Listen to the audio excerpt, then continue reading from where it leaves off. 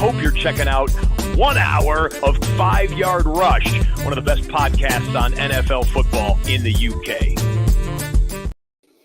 Well, what a free agency we have is going on. I've no idea. It's utter madness. As always, the other half of 5 Yard is here with me. Big man, how are we on this Friday evening? You managed to make it seem like we were a married couple, mate. I know we've done a lot of podcasts together. I think we're still a long way away from marriage. Just the whole courtship stage and a few other bits to go, I'm sure. But no, I'm all good. It is a Friday. Yes, apologies for being a little bit late. We did put a little cheeky pod out yesterday with my good friend Kevin Murray just to tie you over so you didn't miss us too much. But we are here having the time of our lives, celebrating free agency F word, and I refuse to use the F word on a family show. And I'm not talking about the FC UK abbreviation moving around, but the other one that every single podcaster seemed to have adopted this year. And so instead, we're here to talk about free agency. Pitsy's in the house. Hello, Pitsy. I'm excited. It's been a busy week, as you say. This is one of my favorite weeks of the year because it's the closest that NFL has to transfer deadline day, but it starts at the beginning, which I really like because it builds that optimism. So unless you're like the Jets who just don't sign anybody, or some other teams who just don't do a particularly good job in this period, for most teams, your team is excluded stocks because you've done absolutely nothing in free agency. It does give you a sense of hope, of renewal, of okay, so we're going to have some new guys and some old guys back, and it kind of like gets you excited for the season, regardless of whether you're going to be contending for a Super Bowl or whether you're going to be contending for the first overall pick. Pitsy, yeah, so much better than deadline day. This week's been fantastic so far. And I agree, because deadline days really sort of dived off a cliff. It used to be a great thing about 15 years ago. And now it is absolute dross. Sky have seemed to have absolutely killed it with their over-reporting of stuff. Like, oh, somebody's got into a car. Breaking news. Breaking news. Someone's in a car. I'm like, yeah, come on. That was so 2012. So, yeah. No, it's been a great week. As a Buccaneers fan, I'm delighted. We've got some good business done this week. As an NFL fan, I'm delighted. There's been a lot of great moves. I'm really excited to see how this shakes out. And as a fantasy fan, I'm even more excited because a lot of good players have got a lot of good moves. So, yeah, all systems go, my friend. What about you? What's your view on the week so far? In fairness, if we'd have done this last night, we would have missed a hell of a lot of stuff that's gone on between what we would have recorded last night and right now. So we can add that news in, and it wouldn't be a week old when we get to next week. I am completely unaware, really, of what is going on because of how much of it has thrown me, just knocked me out of the park, really. I've got a lot of teams that were in good positions, dynasty teams this is, and now I'm not entirely sure where they sit because of moves that I made before free agency and what has happened during this part of free agency so far. So there's been a lot of, like you say, exciting stuff. Personally, my teams, I think we've still got the fantasy drafts to do for rookies and stuff, but I think a lot of my teams that were sitting pretty, hoping to strengthen with some good draft picks, are now fighting against mediocrity with those draft picks included. So far, I'm not personally excited by it. And then you mentioned how the Broncos have done nothing apart from break hearts from, well, basically 2 years ago when we signed Russell Wilson. But yeah, I can see what you're saying about there being some good stuff for fantasy in the NFL, because it is exciting. That this has definitely put an exciting step into the social part of it, the online Twitter and Facebook and groups and stuff. There is definitely a lot of chat, which is always good for, this time of year can be really quiet in group chats and stuff like that. But this has put people into group chats that haven't spoken in years that I've seen of messaging in group chats. So it's doing good for fantasy communication, at least, I think. Yeah, I agree. And also, as a Broncos fan, you get a season of Jarrett Stidham. So, it's not all bad. We do. Yeah, I mean, I said it last week about Michael Pratt. Even more so now, I think we're going to get Michael Pratt because the Vikings are clearly wanting to move up. The Patriots apparently are potentially willing to do so because they're more than a quarterback away. We don't really have the capital to go and fight with the teams that want to go up. 1 and 2 are pretty much locked in now, I think, with the Commanders getting rid of Howell. So we are either Jarrett Stidham and potentially Michael Pratt or worse, or at this point, maybe Cam Newton. Cam Newton. Ryan Tannehill's out there, mate. Listen, dreams can happen. You could get Ryan Tannehill end his career as a Bronco. Like, it's not all bad news. I wouldn't hate that. Although I'm not entirely sure where on the dream scale that rates. It's not a nightmare, but it's like one of those dreams that wakes you up for no apparent reason. You don't feel offended by it, but it's woken you up. Yeah. I love that. I'm going to give you the name. Just I had a best available chart, but I'm going to skip forward just to go on to these amazing quarterbacks that are available out there for the Broncos. So there's Ryan Tannehill. There is Jimmy Garoppolo is out there. Very coveted. Has been traded a couple of times. Teddy Bridgewater's out there. We all know how good Teddy is. Tyler Huntley, he's very exciting. He does dancing and moving and sort of stuff. Brian Hoyer, the ever perennial backup QB, is available. He's 38, by the way, so he's still got a few years left. Josh Dobbs, and not many teams can say that. Well, before last season, not many teams can say they had a genuine astronaut. Of course, he did play for a few teams last year, so he's well on his career path to the Ryan. He's on the Ryan Fitzpatrick career arc at the moment. Let's not forget Nate Sudfeld is out there. Blaine Gabbert is out there. Carson Wentz is still out there. Kyle Allen, Trevor Siemian, of course, he's been at the Broncos, so you know what you're getting. AJ McCarron, Matt Barkley, Logan Woodside, Felipe Franks, former Florida Gator Felipe Franks, who was absolutely terrible in college. Don't quite know. Pincy's asked, so you're not looking at Fields? Have I? Is anyone looking at Fields? I don't think anyone is. Genuinely, don't think anyone is looking at Fields. Is there still a world? Excuse me. Is there still a world where Fields is a Bear come the end of April? 100%. I'm completely sold on the fact he's a Bear now until at least training camp. Which is terrible news if you then go and trade for him. Well, I don't know what it is. I don't know if it's the fact that the league is out on Justin Fields, or if the fact that the Bears have valued him too high and have priced everyone out. And I don't know which one of those is true. If the first one is true and no one's that interested, someone will be when an injured player happens. So, we see it in training camp. A quarterback goes down. You have the Josh Dobbs arc, right? Where last season someone went down and they traded for Kyler Murray, and then they were going to go with Clayton Tune, and then they decided Clayton Tune wasn't good enough, and they were like, okay, we've got no quarterback, and they traded Pittsburgh for Josh Dobbs, didn't they? Right at the start of the season. He had about 2 weeks before the start of the season, then he had to play for the Cardinals. Did a really good job, and then he got traded to the Vikings to play as cover for Kirk Cousins when he went down. So, there's that trajectory for him. And I think he was quite good at the Cardinals. I don't think he was quite as good at the Vikings. I think it's quite a lot to learn 2 playbooks in 1 year. Especially when you're... Yeah, and when you're asked to go and play for the Vikings essentially 2 days after you've landed as well, there's a lot in that.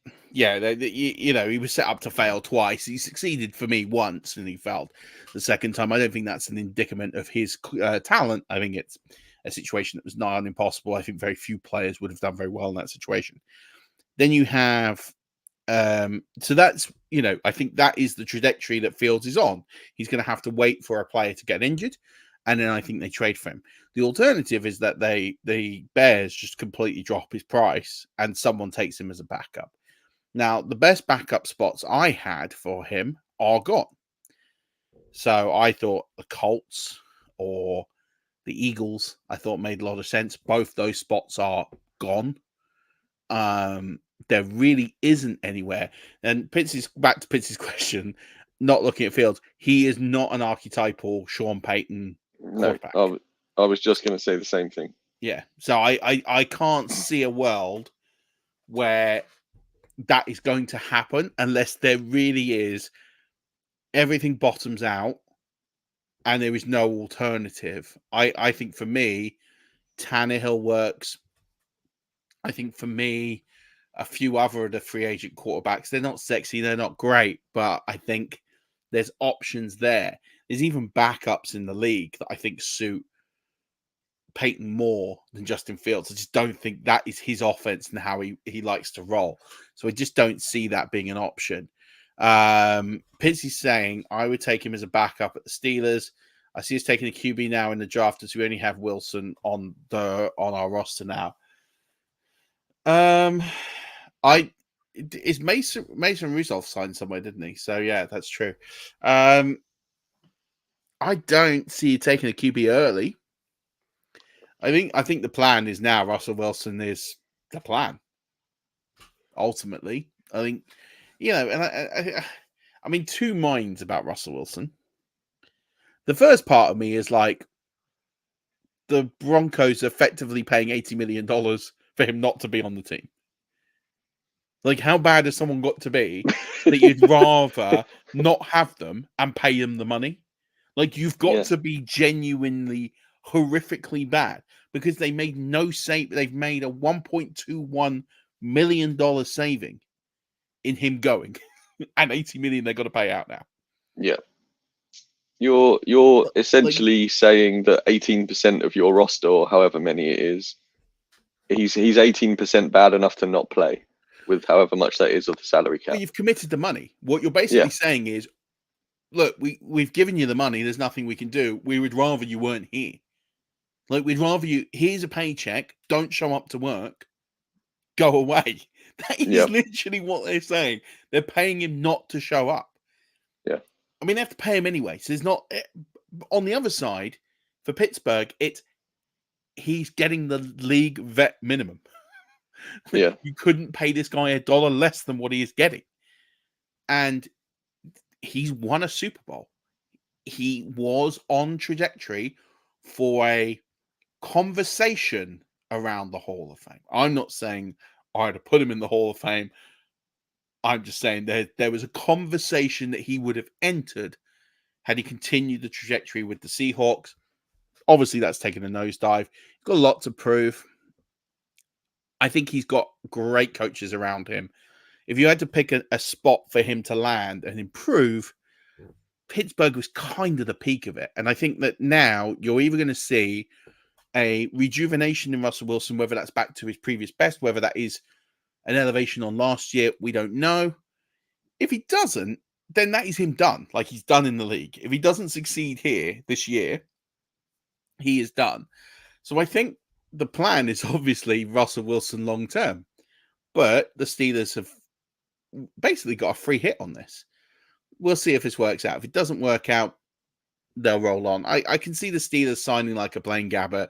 I think they'll get someone with a little bit of experience. Russell Wilson's pretty durable. He's not had that many injuries in his career. I don't think you'd be too worried about the deterioration and drop-off of him getting injured. I think you'd feel like he's going to play for the year. So I think, you'd bring someone in.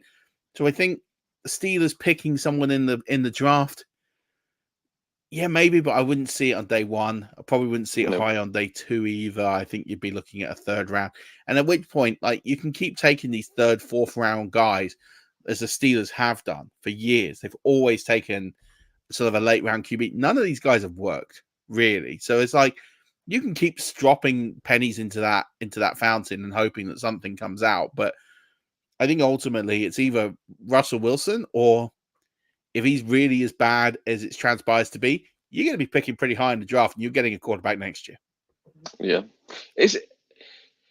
Do you think this question could go down a wormhole that is either a terrible question or we might not talk about anything else for the entirety of this podcast?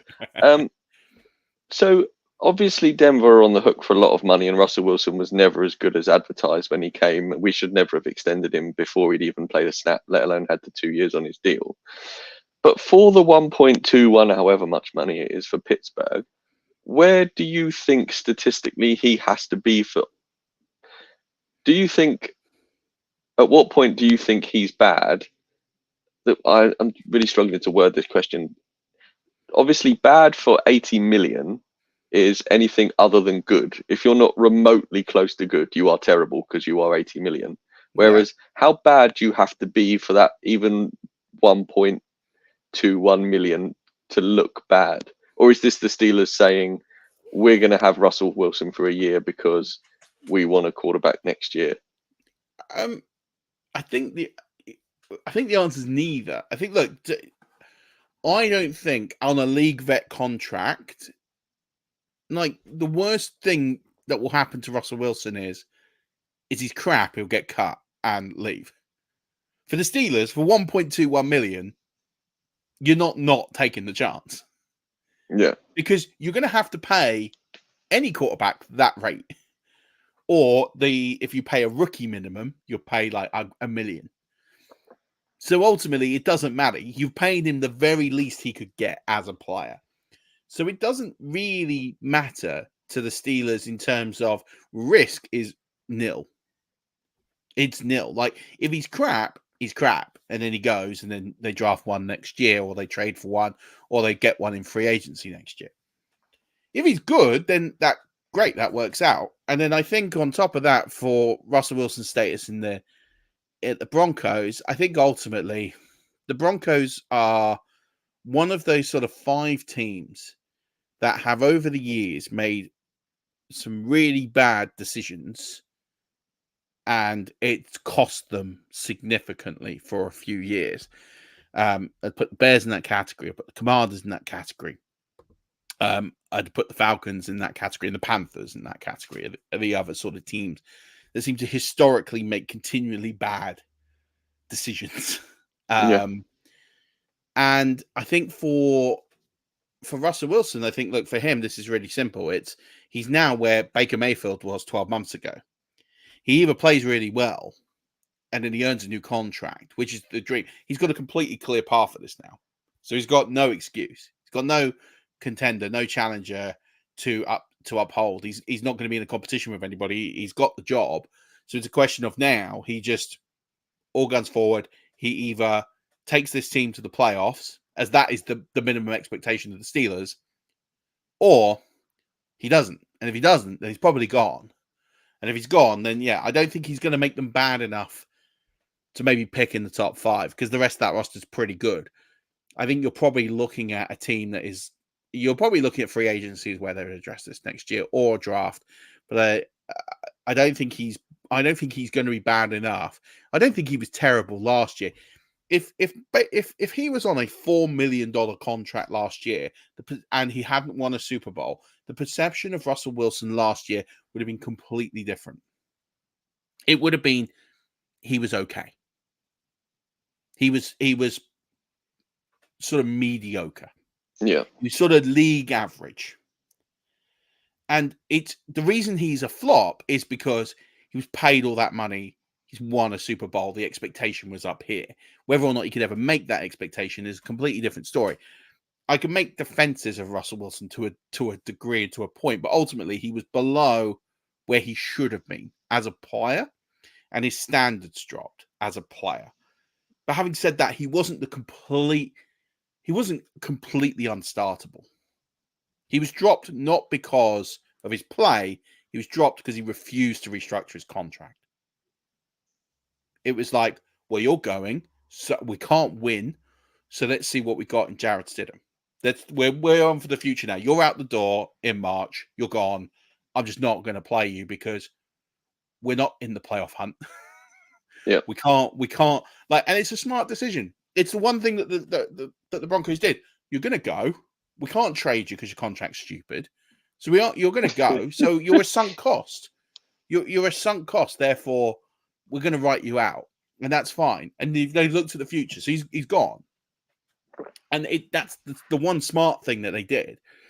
But yeah, I think I think for me that Russell Wilson is, if you think about the Steelers, he doesn't have to be great. He just has to be good. He has to be a core, similar to Baker Mayfield and Tampa. The rest of the pieces are all there for him to win games. He's just got to effectively not lose games. Yeah, Said, I don't. If we had the same season for the Steelers last year, it's not a flop, but the pay for the Broncos last year is exactly why it was an issue.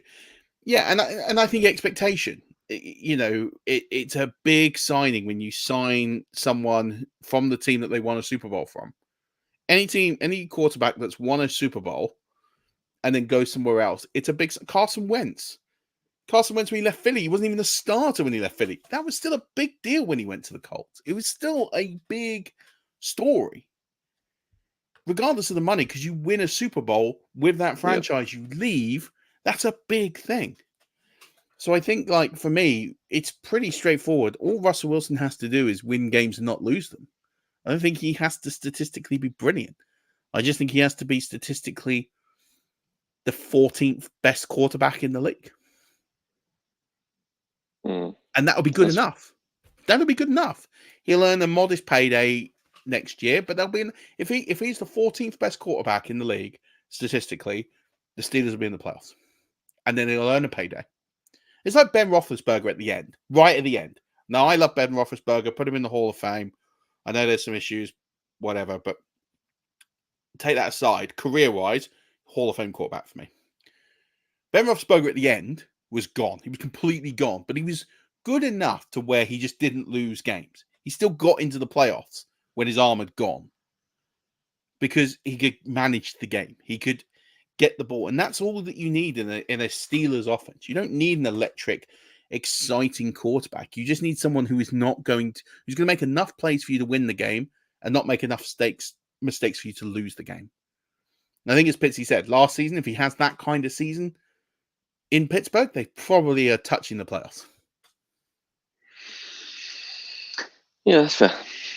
And then he gets a deal for like $15 million a year, $20 million a year going forward, and then it's a win-win for everyone. That's kind of how I see this playing out. But he could get greedy. If he gets greedy, then he'll be out on his backside. Yeah, interesting one. Well, we've dived into nothing so far, Murph. Where do you want to start? I think let's take the news on the big retirement today, because it's a player who I might as well stick him in the Hall of Fame now because he's that good. Yeah, I mean, if you haven't seen any updates in the last couple of hours on your phone, Aaron Donald has just retired from the NFL, everybody. So if we're breaking that news to you, please do credit us for that news break, because we would love that. No, you're right. I think over the last 4 or 5 years, there's not been a defensive end anywhere near him when he's good. You can't double block him. And do you think why do you think he's retired now? Do you know what? I've been thinking about this, and the truthful answer is I don't know. I'd have got it a year from now.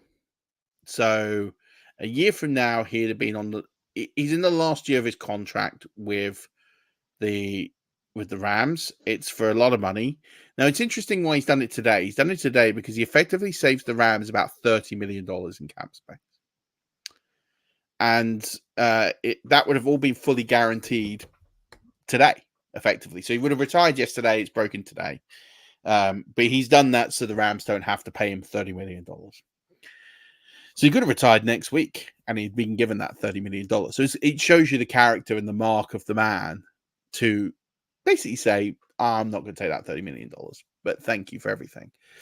I think he's done it now. I think he's just at the point where he's weighed up the risk of, I think it's two things for me. One is the risk of his body and his injuries versus future long-term damage. He's been in the league 10 years, a lot of hits.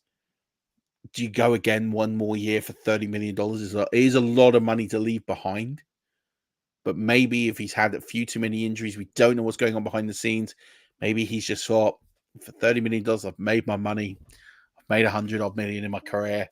I'm quite happy. I've dust my hands. I'm done. I'm not going to risk it for another 30 million. I don't actually know how much he's made, but I imagine it's north of 100 million. And I think he's just not got greedy, which is I respect massively. By the way, I think 99% of players play on for this 1 year and then leave next year because he's on nothing next year. Yeah. The other part of me also then tells me he probably has looked at the Rams roster and gone, nah, I don't think we're winning a ring this year. Yeah. And I think he's just got to the point of he's like, well, and then the other awkward question is next year. So maybe he's gone, I want to retire a Ram. I'm under contract as a Ram. There's no questions. I've been a one-team player my entire career. I'm a Ram, done. Whereas if he leaves next year, he technically leaves as a free agent. I mean, he could have retired right before his contract ended, get into the murky waters. I don't think it would have made a difference to people like myself. Some people might have said, well, he's only retired because he's at the end of his contract and he can't get another contract. I personally don't think he's got a legacy that he needs to worry about. He's going in the Hall of Fame. He's the first ballot Hall of Fame. Don't know how many times he's been Defensive Player of the Year, 3-4 times. I think at the end of the day, he's done everything he can in his power to have a great career. I wouldn't have judged him for taking the 30 million, playing 17 more games, and then walking off into the sunset. Alternatively, he's decided that he wants to leave now. And fair enough to him. Like, he's earned that right as a player who has been at the top of the game for so long. And maybe he felt that he wasn't at the top of the game anymore. Maybe he felt that last season he looked at himself and went, I've dipped a little. I don't want to be at that level. The roster's not going to compete for a Super Bowl. Maybe this is just it for me. I'm done. Yeah. Whatever it is, like, fair play. Like, incredible career. He'll be in the Hall of Fame 5 minutes after he's eligible, basically. You know, he's one of those players that will go in unanimously, knowing anyone's going to question it.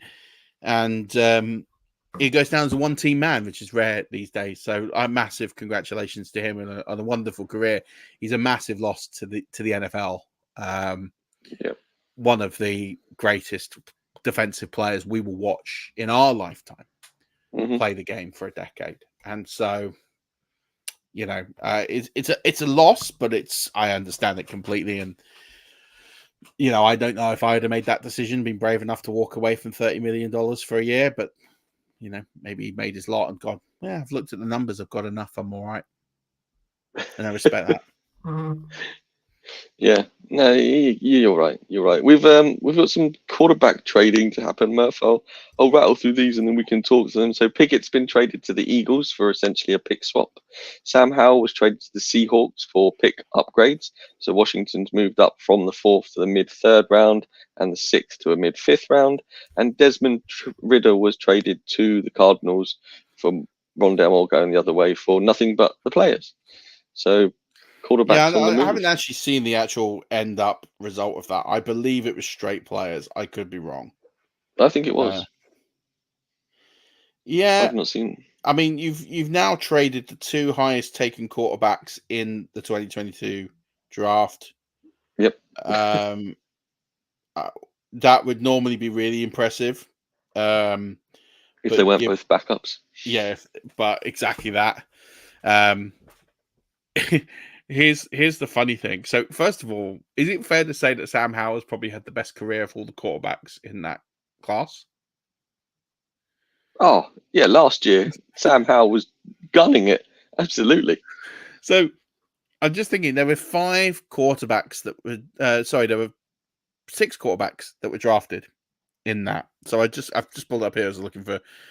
So, Kenny Pickett has been traded. Desmond Ridder has been traded.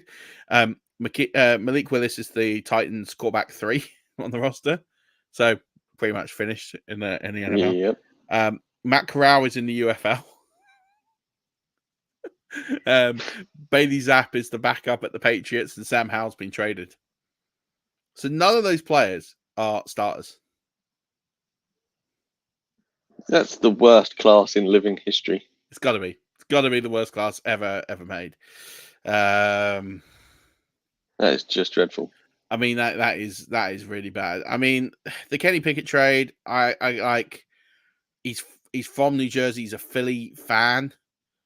So, like, for me, you're right. It was just players. I thought it was, but I wasn't entirely sure. Yeah. So, in terms of Pickett's an Eagles fan. He obviously didn't feel like he could beat out Russell Wilson for competition, and he's like, I want to go. That's from what I've been reading, that seems to be what was the conversation. He's gone for virtually nothing at 22. He's gone for from a late, basically Philly go down from their comp pick down to a mid fourth. So it's a free pick anyway. 2025 seventh. So virtually free for their backup. That's fine. I people are going to sit there and go, what? Why have we traded for Kenny Pickett? Like, he's cost you basically a bag of sand. Like, like you live in the desert and he cost you a bag of sand. That is effectively what that's cost. Or, we can go in Eskimo, you've sold a bag of snow.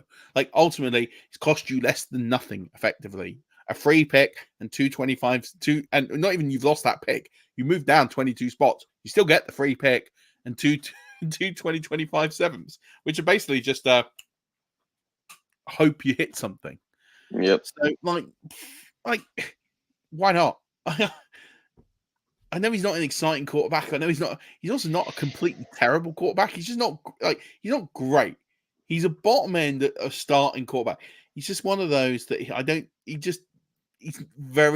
like the guy that would go out if the speed limit's 40 miles an hour, he'll drive at 38. Yeah. That's Kenny Pickett, right? That's how he is, and apparently he's a nice guy. I don't want to rag on him because he's a good guy. And somehow, I don't really get it. I don't get it. I don't really get this from the Commanders, because you bring in Mariota, right? I've seen enough of Mariota. Saw it last season with the Falcons, or was it the season before? Season before the Falcons. He's just not an NFL starter. He's just not. There's not enough about him that makes him an NFL starter. He wasn't that good with the Titans. I know he had one playoff campaign where he was okay. He also, in that playoff campaign, he did catch his own touchdown pass, which, very few guys in history do that. That's the best Marcus Mariota memory I have. But, in Atlanta, he was very poor. I think that's fair to say. I don't think he's a starter. He's really the only quarterback on that roster now. So they're going to go Drake May. And maybe they've just gone, look, we like the professionalism of Mariota to train a new quarterback. And maybe he's just like a coach in the locker room kind of guy. And that's fine. If that's what you bought him in for, fine. Quite expensive, but fine. He's getting a lot of money. But, and then Sam Howell goes to Seahawks. I'll be honest, I think he could beat out Geno in the right environment. In the right environment, I think he could beat Geno out. I think he was better than he was perceived to be last year because of the amount of times the boy got hit. I mean, I think you're right. I don't know whether he will, but he's got a chance at Seattle as opposed to just being under. I don't think he wins the job in camp. I'm not saying this, but I'm saying if Geno makes a mistake and the pressure builds on Geno, I can see a situation. The one who's the odd man out in all this is Drew Lock. Drew Lock is now like dust. But yeah, I don't really get it from Washington's point of view, other than I think it's just Mariota training up Drake May, which they're quite different style quarterbacks. Like, if you're going to get a trainer out there, why not get a guy who is similar to Drake May? Yeah, or Sam Howell has been in the league now, knows what the league is about, and is also from the North Carolina college where he played football. Like, those guys. But I think it's different. Sam Howell is at the start of his career. Oh, no, Sam Howell's not going to walk in and go, hey, buddy, I know you're coming to take my job. Yeah, look, let me show you around. Oh, yeah, by the way, here's the offense. Here's how you do it. Like, he's not going to. Sam Howell's going to be an absolute douche to him because he wants the job. Whether Marcus Mariota is coming in with the assumption of, hey, you're basically a glorified trainer. Your job is to make him ready. I think it's all about expectation setting. But I just think, for me, I'd like to have seen a player, like, if you're going to bring in that style of quarterback, bring in a quarterback who has a similar-ish sort of style of play. And I mean, I guess there really isn't too much of one. I guess Mariota is to a degree because he's a bit of a scrambler, but Tannehill, he doesn't really run. no, Tannehill doesn't really run. Yeah, I guess Mariota is kind of the best fit of what's out there. Yeah, Josh Dobbs might have been the other one. Or Tyler Huntley. Tyler Huntley's a baller, but then he's quite young and start his career. I don't know how that works. But if he's getting a payday, I don't know. Anyway, now we'll see what happens. Yeah, the Vikings have traded up to give themselves a second first-round pick. Fill me in on the details of this, Murf. So they've traded up into the first round again. They've got pick 23. So I think for me, they're gearing up to trade. They're basically looking to get up the board, and they're going to use 2 first-round picks. That's what it looks like to me. So they traded with Houston. So they've given up pick 42, pick 188. They get back pick 232, and they've traded a 2025 second-round pick. So they've given up a fair bit to go up these 19 spots, which is what they have gone up. They've gone up 19 spots. But they've clearly done that with the view of they're going to package their one with this one, and they're going to try and tempt someone like New England. Yeah. Maybe someone like Arizona into swapping and taking the haul. That's what it feels like for QB. It did shock me that they settled on Sam Darnold, which makes me think that they haven't settled on Sam Darnold, that they clearly want to go with someone else, which doesn't shock me all that much. Yeah. So, I think they're gearing up to take a quarterback. The one that would probably make the most sense from a schematic point of view of the way they're set up is probably JJ McCarthy. That probably feels like that's the move they're going to make. Yeah. And I like it. I think you've gambled quite a bit price, but I like it because I think if you end up packaging what's going to be this year's second, next year's second, and a late round pick swap, which doesn't really, let's take that out of the equation. That's irrelevant. So you're basically swapping your late second or your second this year, your second next year to take a quarterback that could be your franchise. I actually think on paper that kind of makes sense if you get the right guy. If you get the wrong guy, it's expensive. But if you think about the 49ers spend 3 first-round picks on Trey Lance, for example. Like, I feel like it's a better mitigation of risk. Oh, absolutely. So. Absolutely. And then finally, before we get to the free agency news and what it means for your fantasy football teams, Keenan Allen was traded to the Bears for a 4th-round pick late last night. We would have missed this one on the pod, Murf. Does this make Keenan Allen the alpha on a team with DJ Moore in it, or will they have to 1A, 1B it? Yeah, they play very different roles. So if you think about DJ Moore's going to be the perimeter guy, Keenan Allen's going to be more that sort of inside sort of slot plus kind of guy, working more the inside, the sort of middle routes. And then you got DJ Moore will be more the perimeter guy. There's room for both of them. The archetypal example I can give you, and I hate going back to the Tampa Bay Bucks, but this is the Chris Godwin and the Mike Evans scenario. Just the difference is they're obviously schematically very different players. But effectively, that's how they try and utilize them. They'll try and use Allen, who's a bit bigger in the sort of those crossing routes, in those short range yardage areas, to get Caleb Williams, who they're no doubt going to draft, really comfortable. They'll give him a big target there. They've also traded for an extra tight end to give him some extra blocking. So they're peppering Caleb Williams with all of these targets in the short to medium range to give him as many open opportunities to hit guys early, which is great. And then you've got DJ Moore for when he's starting to get confident. I think for me, if I was looking at it from a fantasy landscape, I think Keenan Allen is the guy I'd want to own year one. Going forward, it really depends on how he's going to adjust Caleb Williams.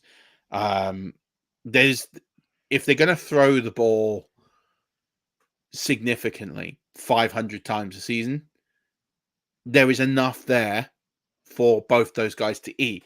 If it was Justin Fields running this offense, then absolutely not. This would be an absolute mitigated disaster. But the future and productivity, I think for me, Allen is slightly more safe. I think he's slightly more rookie proof because of the type of role. I see Allen getting 120, 130 targets underneath. And in that short to medium yardage range, which means I think you see Moore take a bit of a hit. But having said that, I think there's room for both of these guys to be relevant. I think the longer term view will be for Moore to be the more relevant fantasy guy. But I think he takes a step back this year because he's not the only show in town. Yeah, fair enough. I'm very scared by it just because I'm not entirely sure what I think Caleb Williams is going to be yet. But that's more on me than. So then let me reassure you a little bit, right? So we know that Fields is not very good at throwing the football, and we also know that Fields doesn't throw the ball a huge volume, right? So we know that volume is going to increase regardless. Even if it grows by, just say 10%, which it won't, it will grow significantly more than that. There's 106 vacated targets already in Chicago from who have left. That I can see a huge amount of those going to Keenan Allen. So if Keenan Allen gets the lion's share of that, let's say he gets 80 of those 106 vacated targets, which is very possible, by the way. And then the volume of that offense ticks up another, say, 10%, and they throw the ball another 50, maybe more than 10%. Let's say they throw the ball another 50 times over what they were doing with Justin Fields over the course of a season, which when you work that out is an extra 3 times a game. So that's 51 times. So if Caleb Williams throws the ball 3 times a game more than Justin Fields did, that's 51 more targets. So then all of a sudden you add 51 to 106. That's 157 targets. I can see Keenan Allen getting 110 or 120 of those. There'll be high percentage targets. He makes 80, 90 catches. He'll be a low-end wide receiver 2 on those numbers with upside. I need more upside. Anyway, yeah, right. Well, it depends on the volume, but that for me is like the floor. So that's the floor.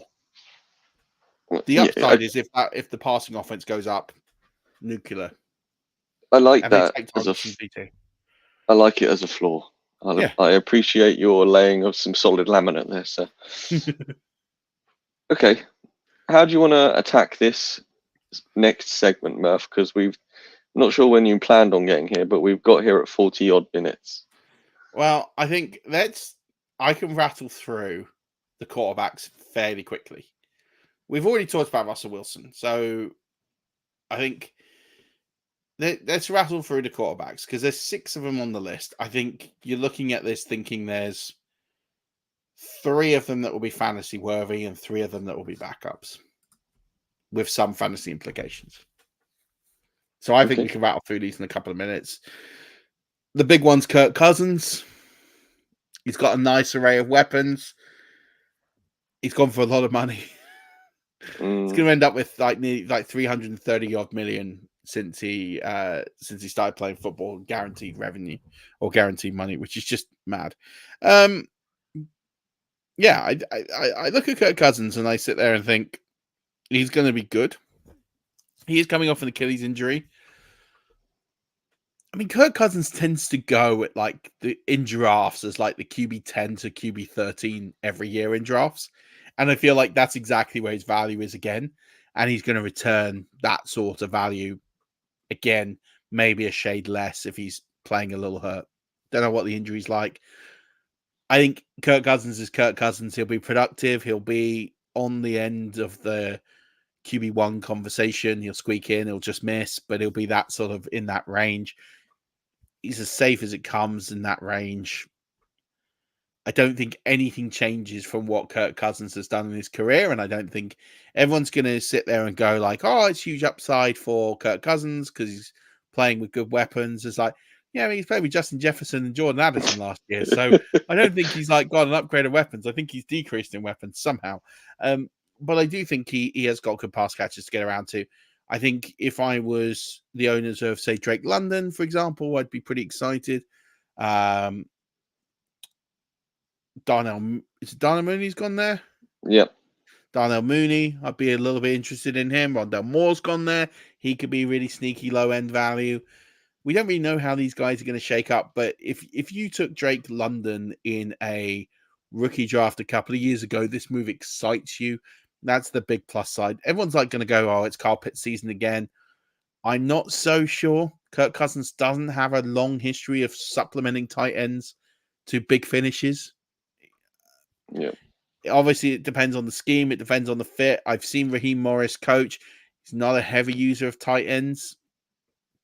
I think that he'll line up more. But the fact that they've brought in a load of wide receivers means that I think the opportunities for Pitts to get out wide more will be diminished.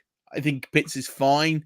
I think Pitts is going to get overdrafted, and that's fine. I'll have probably none of Kyle Pitts again this year. Yeah. And I'm okay with that. I think he's a mid-range tight end.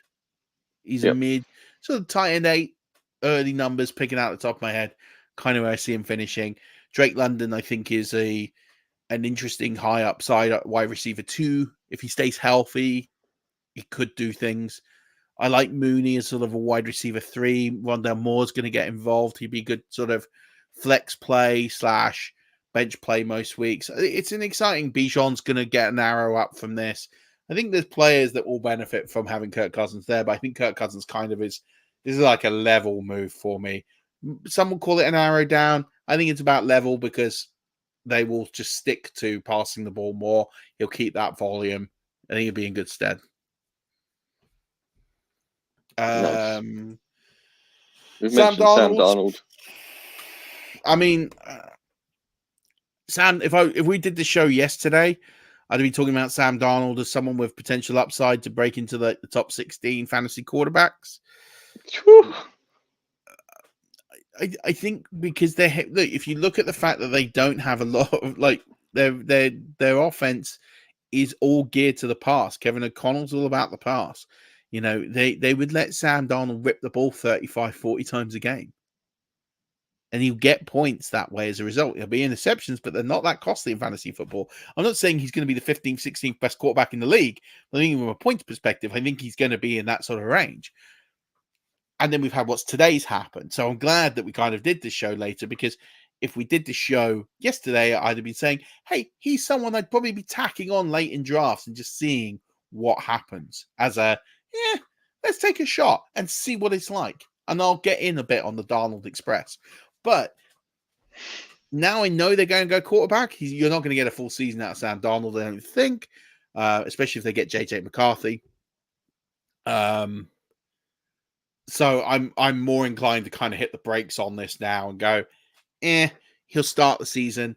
He will definitely play half the season. How long past that, I don't know. I mean, this could all change. The Vikings could have it all fooled, and they're going to go up and get Marvin Harrison Jr., and then they're going to have Justin Jefferson, Jordan Addison, and Marvin Harrison Jr. all play together with Sam Darnold. Or they could get a running back. I mean, they won't get running back. But yeah, I think it'd be interesting to see what happens. But, you know, I think yesterday I'd be more optimistic. Today I'm more cautious with the news that's happened. Russell Wilson talks about mid-range QB. I think he's going to be fine. He's not someone I'm going to want in a 1 QB format. In a 2 QB format, I'd feel pretty comfortable. I kind of would have him in what I kind of had a few players last year in that sort of 16 to 18 range. And I think I'd feel pretty comfortable having him in the super flex because his floor is going to be pretty good because he's going to get a few hundred yards on the ground. But he's not got much of a ceiling. So I think he's someone that I in a super flex format, I quite like him to anchor my stud QB. In a 1 QB league, I've got absolutely no interest in owning him because he's got the upside of the Titanic, effectively. the best you can hope for is he doesn't sink. That's kind of the best result. So there is no up. You cannot tell me that the engineers who built the Titanic were going for the upside is that it didn't sink. Is that not the upside of every boat that built? Surely the upside No. is, hey, it doesn't sink. Well, then that's No. where they went wrong, because the thing sunk. No, that Yes, is it was not an upside. iceberg. That's irrelevant. But ultimately, surely the thing that you're supposed to build, the moonshot is that it continues to work for a long period of time. If I built a car, right, the upside is in 10 years' time or 15 years' time, that car is still working, or 50 years' time. That's the No. moonshot. In 50 years' No. time, that car is still working in working order. No, Surely that's the upside. No. that is an additional bonus. There is no way because then you just might as well build a tank. Then what? But my point is, like, surely you build something with the expectation that it continues to work for a period of time, and then like and that's what I mean. I There's think no upside to Russell Wilson drafting Russell Wilson. There is no upside. You're basically like, if he comes in at QB 16, that is as good as it gets, really, for me. Maybe 14. I think I said 14 earlier, but he's not making QB 1. So he's irrelevant in fantasy football, like one QB league. So there's no point in taking him. Is my point. There's almost no chance that he gets there.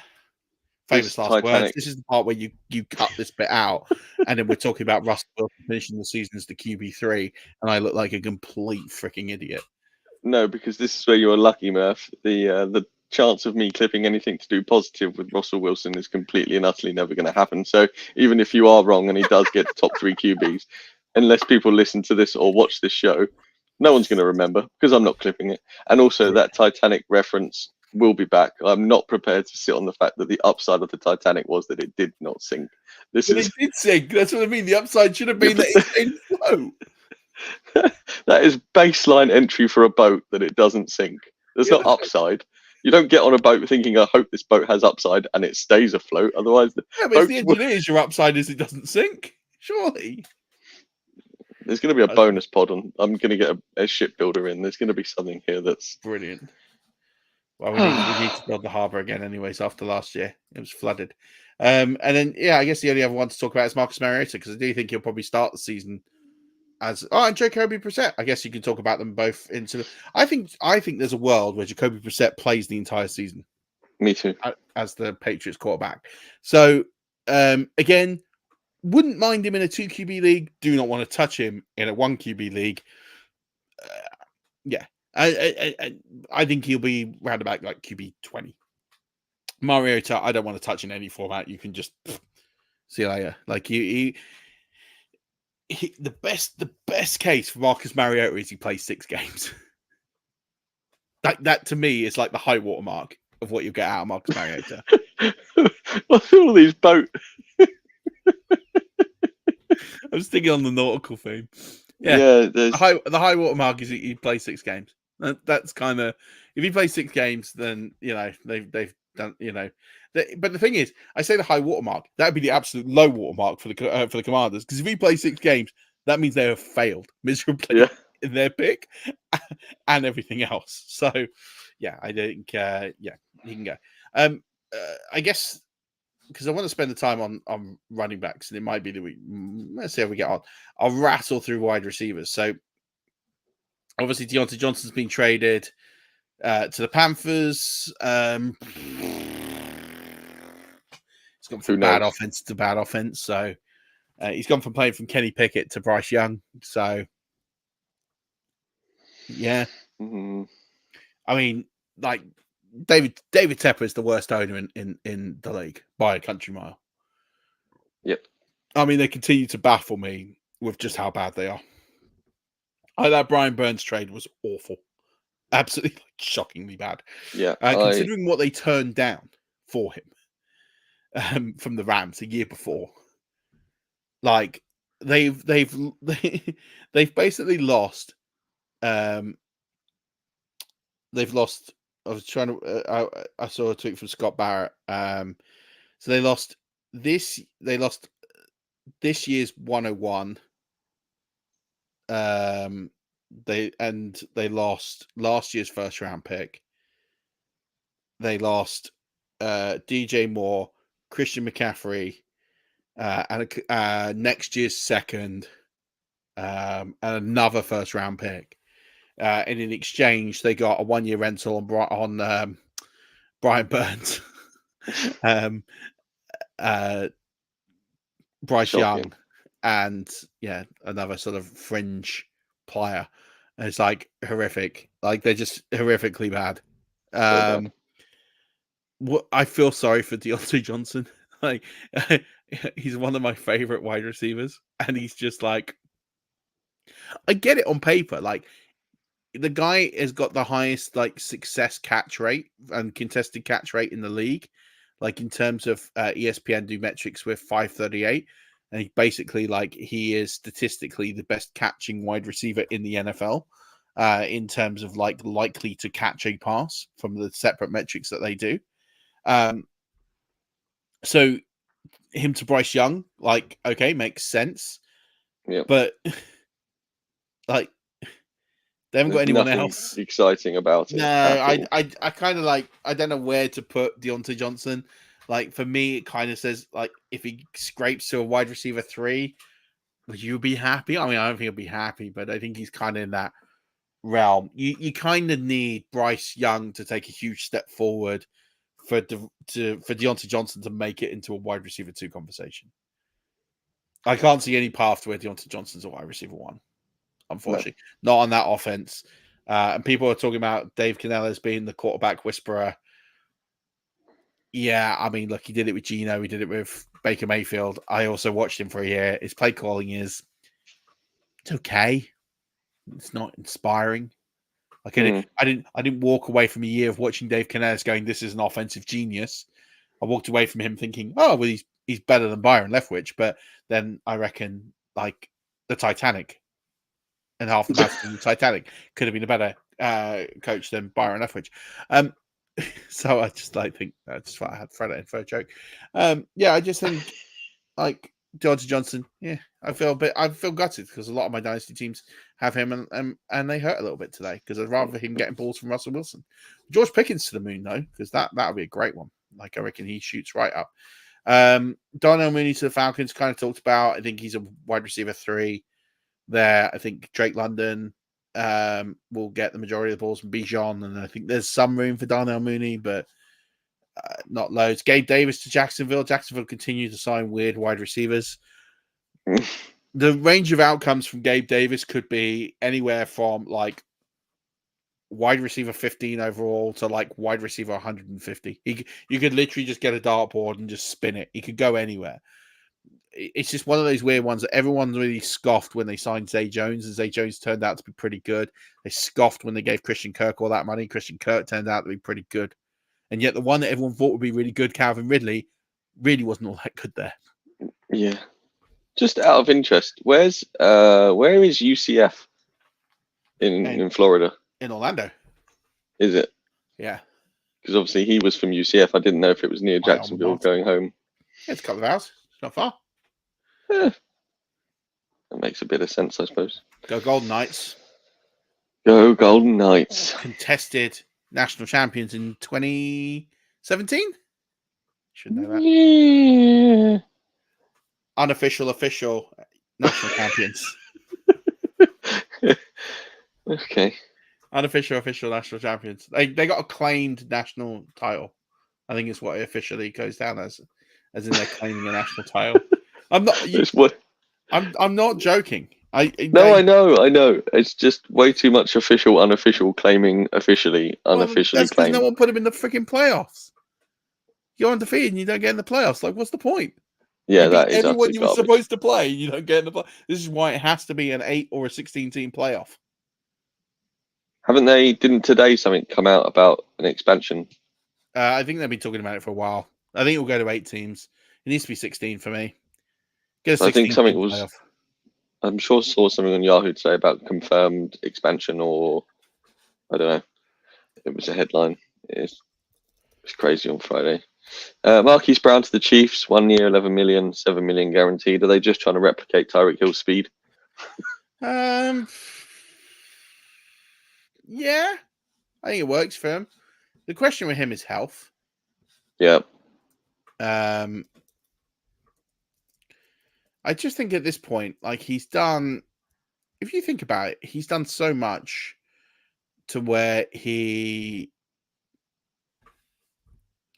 kind of like he's been tipped to do so much and done very little in his Yeah. career. So I don't Yeah, really know. I wasn't a massive fan coming out, if I'm honest. Yeah. Oh, so sorry, they have confirmed it's a 12-team college football playoff. See, I knew something So I'm had happy happened. with that. I'm happy, like that's good. I'm all right with Yeah. that. Yeah, so there you go. So I think I think with Brown, I think he could work in the right system. You play to his strengths, but I kind of see him more as this Deshaun Jackson kind of type. Speedster over the top, will make big plays. He's the kind of guy that will have a 3 for 129 and 2 day. Like that's kind of where I see him thriving. Yep. I think a lot more people in the fantasy space are more excited about Marquise Brown than say I am. I'm still all in on Rashee Rice. I think that's the guy I want to own. I don't want to touch anyone else. In Kansas City, in all the years they've had Patrick Mahomes and Travis Kelce, have proven that they cannot support two high-scoring wide receivers.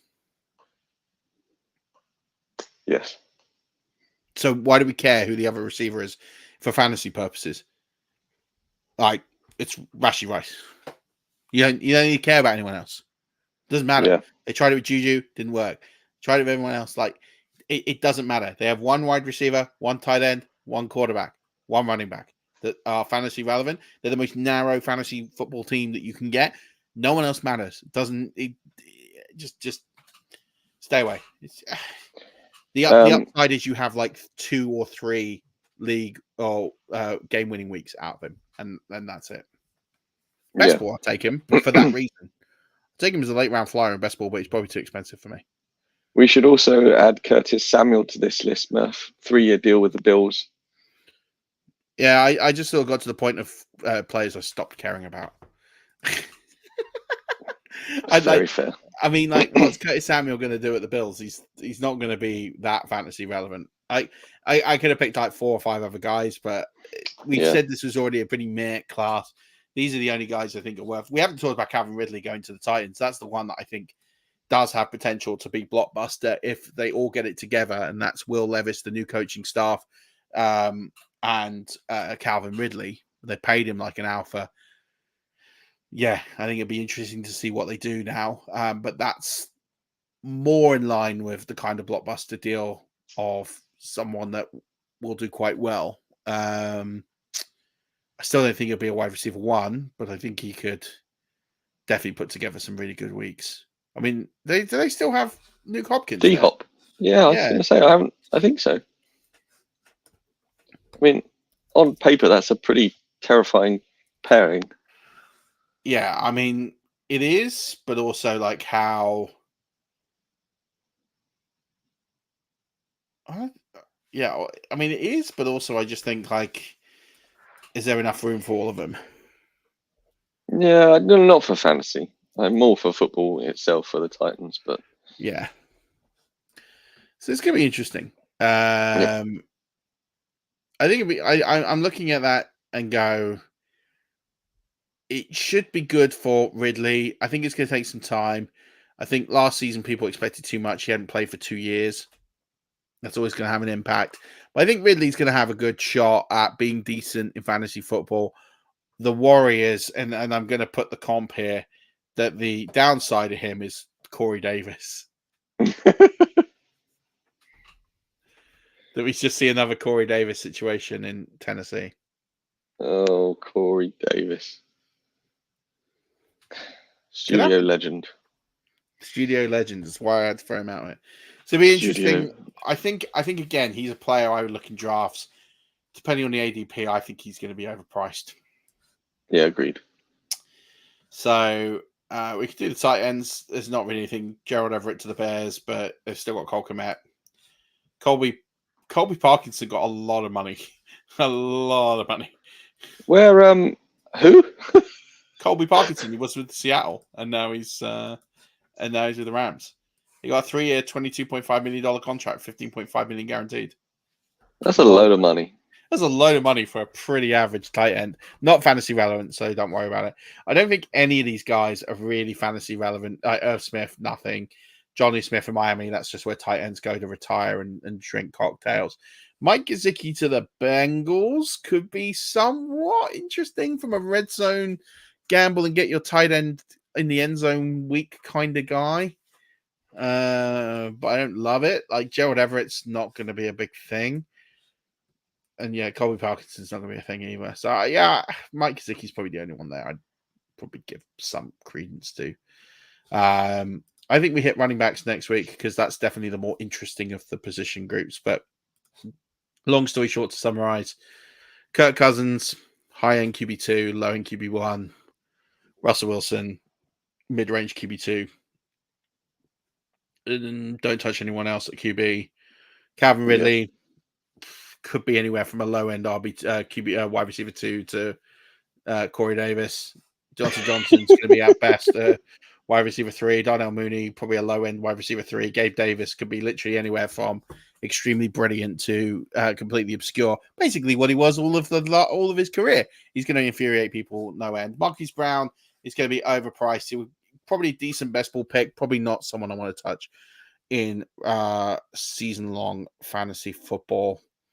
Unless he's cheap. If he's cheap, I'd spin it because I think he has that week winning upside. But I think for every week you're going to get a week winning upside, I think you're going to get a lot of pain. And tight ends, just don't take tight ends. No need. There's no irrelevant position in fantasy football, as it's continually proved every single year. Best available players out on the market in free agency. Ryan Tannehill, we've talked about, and Josh Dobbs and Tyler Huntley. They're the best QBs out there. Justin Fields, who nobody wants, and is at home making milkshakes or looking at, or maybe watching Titanic on DVD. Thinking using that as a metaphor for his career. Woof. Probably weeping. Yeah, woof. Hey, the guy has a 60% completion percentage and has lost the majority of his games. I have no sympathy for him. Running back, J.K. Dobbins, A.J. Dillon, Deontay Foreman, and Clyde Edwards-Helaire. Who would have thought when Clyde Edwards-Helaire was taken in the first round would be here now and nobody wants him? There is some good wide receivers out there. Mike Williams is out there, OBJ, Tyler Boyd, Curtis Samuel, Michael Thomas. And then tight ends, for you tight end lovers, there is one tight end available out there that's worth mentioning about. It's Logan Thomas. Everyone else is not worth mentioning at all. And we'll do running backs next week because that's, I think, actually, we'll probably have to hold it off for next week. Because next week we have a great guest with us. We have legendary Canadian Buffalo fan Justin Boone back in the house. Nice. Which I'm excited about. So Justin Boone, booked him a while ago. He is in the house next Thursday. So that will be a fun one.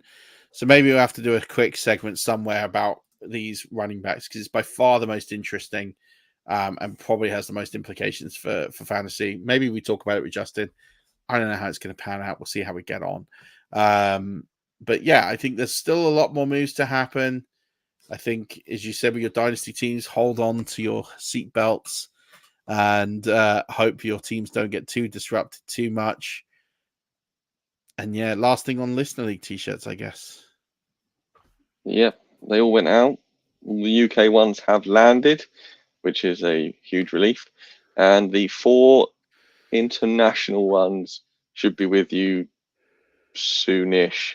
I cannot give you a date or a time or even closer to soonish than that. But hopefully it won't be long. It should be probably another week or so. So yeah, it should be good. Those guys will get their t-shirts, and then I'll start sorting out the champion of champions. Work out how many spots we got left over for the champion of champions. So keep an eye on that one. If you did get a Listener League t-shirt and you really, really like it and you want to put some pictures on either wherever social media it is that you perhaps frequent these days, if you're watching now, Murphy's holding up his. If you do like them, everyone else's, I assume. Why? Because it's black. Yeah, yours is different to everyone else's because it's black. But the design Murf just showed on the camera, and shout out to the over 220 people who are currently watching right now. If you like that design, I'm sure we can organize something for an FFCC t-shirt if there is enough interest. So if you do want to put your t-shirts on the X machine for people to see, I'm sure we'll be able to get a design up for the FFCC so we can try and raise even more charity money for the Crohn's and colitis charity that we're supporting. And I guess in our love for Murf, we're trying to support as many people along that fight journey as possible. So yeah, the more money we can raise, the better. So once the Champions of Champions is done, we'll get some t-shirts potentially designed and try and raise a bit more money that way this year. But to those people who are watching, we shout you out. We appreciate you joining us. To those OGs still listening on the podcast form, we appreciate each and every one of your ears, both if you happen to have one in each side, not ears, earpieces. I was gonna say, we got a Da Vinci situation going on. It's an all kind of new Da Vinci Code scenario going on here. No, nothing that complicated, I'm afraid. But Rush Nation, until we talk to Justin Boone next week, enjoy your free agency. Hold on to your seats because it's going to be explosive. That's going to do it for this week. And until next week, as always, don't forget, keep rushing.